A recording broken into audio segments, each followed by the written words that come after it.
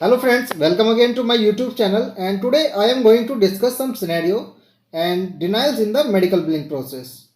First one is claiming process. Friends, if we will check and there is no response on the claim, so in that case we need to call to the insurance company. We will ask the receipt date and the claim number.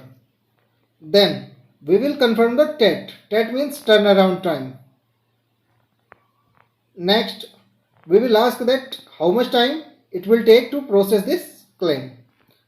Now, call reference number means friends, अगर हमारे claim पर कोई भी response नहीं है तो उस case में हम क्या करते हैं, हम इंश्योरेंस कंपनी को कॉल करते हैं. सबसे पहले पूछते हैं उसकी क्लेम की receive date, then claim number, उसके बाद पूछते हैं टर्न अराउंड टाइम. और अगर फ्रेंड्स हमारे पास वेबसाइट का एक्सेस है सो हम सेम इन्फॉर्मेशन को वेबसाइट पर भी चेक कर सकते हैं. वहाँ से हमें क्लेम नंबर और सारी इन्फॉर्मेशन मिल जाती है. नेक्स्ट सिनेरियो आता है क्लेम पेड टू प्रोवाइडर. अब ये सिनेरियो बनता है जब हमारे पास क्लेम हमने ओपन किया अपने सिस्टम में, उस पर कोई भी रिस्पॉन्स नहीं है, ना कोई payment, paid details, denials date. So उस केस में हम इंश्योरेंस कंपनी को कॉल करते हैं. सबसे पहले कंफर्म करते हैं receive date, process date and claim number. Then उसके बाद कंफर्म करते हैं amount, allowed amount, paid amount and patient responsibility. उसके बाद कंफर्म करेंगे कि पेमेंट हमारी किस मोड से हुई है, ईएफटी से हुई है या चेक से हुई है. अब सपोज वो बोलते हैं कि ईएफटी से पेमेंट है, so we will take EFT number. EFT is a single EFT और bulk EFT, EFT issue date and EFT clear date. Now second scenario इसी में बनता है if the payment made by a check. So in this scenario we will take the check number, issue date, single or bulk amount, check cash और outstanding. Means cheque cash हो चुका है या still pending है. अगर cash हो चुका है तो उसकी कैश डेट हमें चाहिए, किस डेट को चेक क्लियर हुआ है, कैश हुआ है. देन पे टू एड्रेस. पे टू एड्रेस फ्रेंड्स होता है जिस एड्रेस पर चेक इशू हुआ है, और जनरल ये बिलिंग प्रोवाइडर का एड्रेस होता है यहाँ पर. देन उसके बाद हम ईओबी के लिए रिक्वेस्ट कर देते हैं. देन कॉल रेफरेंस नंबर ले लेते हैं. सेम इन्फॉर्मेशन को हम वेबसाइट पर चेक कर सकते हैं अगर हमारे पास वेबसाइट का एक्सेस है.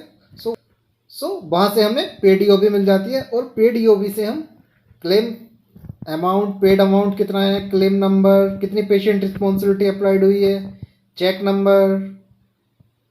और अगर मैं आपको एग्जांपल दूं तो यूएचसी की वेबसाइट होती है जिस पर, या सिग्ना की वेबसाइट होती है नेविनेट पर, जिस पर हमें क्लेम की सारी इंफॉर्मेशन मिल जाती है.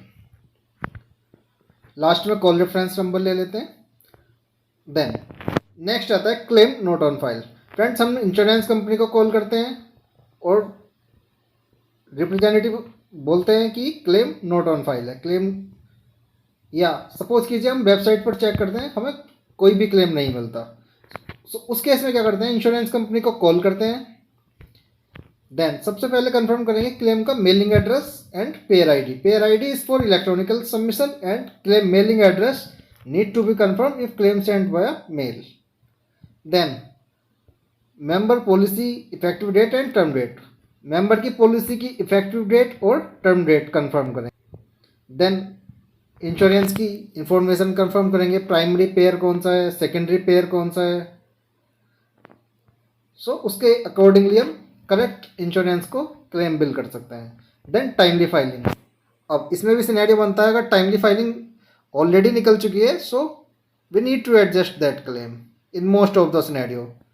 इन the last call reference number and that's it. Next आता है friends capitation. So capitation is not a denial, it's a scenario. If we receive,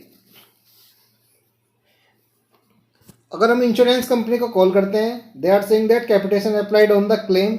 so in this case we will take the process date and claim number, then allowed amount,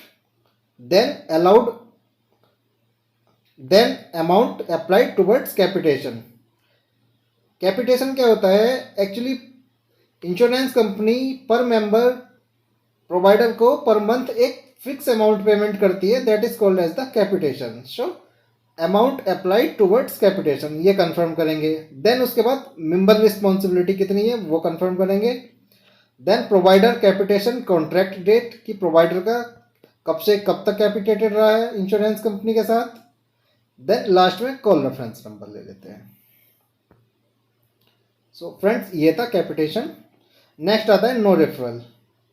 referral जैसा कि मैं आपको already बता चुका हूं, in case of HMO plan PCP is required, and if any special treatment needs to be performed, so PCP will refer to the specialist. PPO plan में किसी भी PCP की रिक्वायरमेंट नहीं पड़ती, और जब PCP पेशेंट को किसी स्पेशलिस्ट के पास रेफर करता है सो उसको एक रेफरल नंबर प्रोवाइड कर देता है, जो रेफरल नंबर हमें इंश्योरेंस कंपनी को क्लेम पर बिल करना होता है. अगर वो रेफरल नंबर इंश्योरेंस कंपनी को क्लेम पर बिल नहीं किया जाता तो उस सिनेरियो में हमें नो रेफरल का डिनाइल मिलता है. So if we are receiving the denial for no referral, first we will confirm the denial date, claim number, then patient का प्लान कौन सा है. अब अगर पेशेंट का PPO प्लान है so it means no referral required, so this claim needs to be reprocess. Second scenario बनता है if member plan HMO, so in this case we will confirm the PCP name. PCP means primary care physician. So उस doctor का name confirm करेंगे, doctor का phone number लेंगे, उसके बाद contract effective date, कि किस डेट से किस डेट तक उसका कॉन्ट्रैक्ट इफेक्टिव रहा है. देन उसके बाद मेंबर प्लान नेम, ये भी ले लेते हैं इंफॉर्मेशन के लिए. Then call reference number. And friends, one more thing, ये HMO के सामने जो कॉन्ट्रैक्ट डेट लिखा हुआ है actually it's a contract date. So by mistake ये कॉन्ट्रैक्ट लिखा गया है, इट्स ए कॉन्ट्रैक्ट डेट, कि प्रोवाइडर का कॉन्ट्रैक्ट कब से कब तक इफेक्टिव रहा है. सो फ्रेंड्स, ये कुछ डिनाइल्स थे, ये कुछ सिनेरियो थे जो कि मेडिकल बिलिंग के प्रोसेस में जनरली यूज करते हैं. सो फ्रेंड्स, अगर आपको मेरी ये वीडियो अच्छी लगी हो तो इसको लाइक करें, दोस्तों के साथ शेयर करें, चैनल को सब्सक्राइब करें. इसी के साथ all the best. Thank you.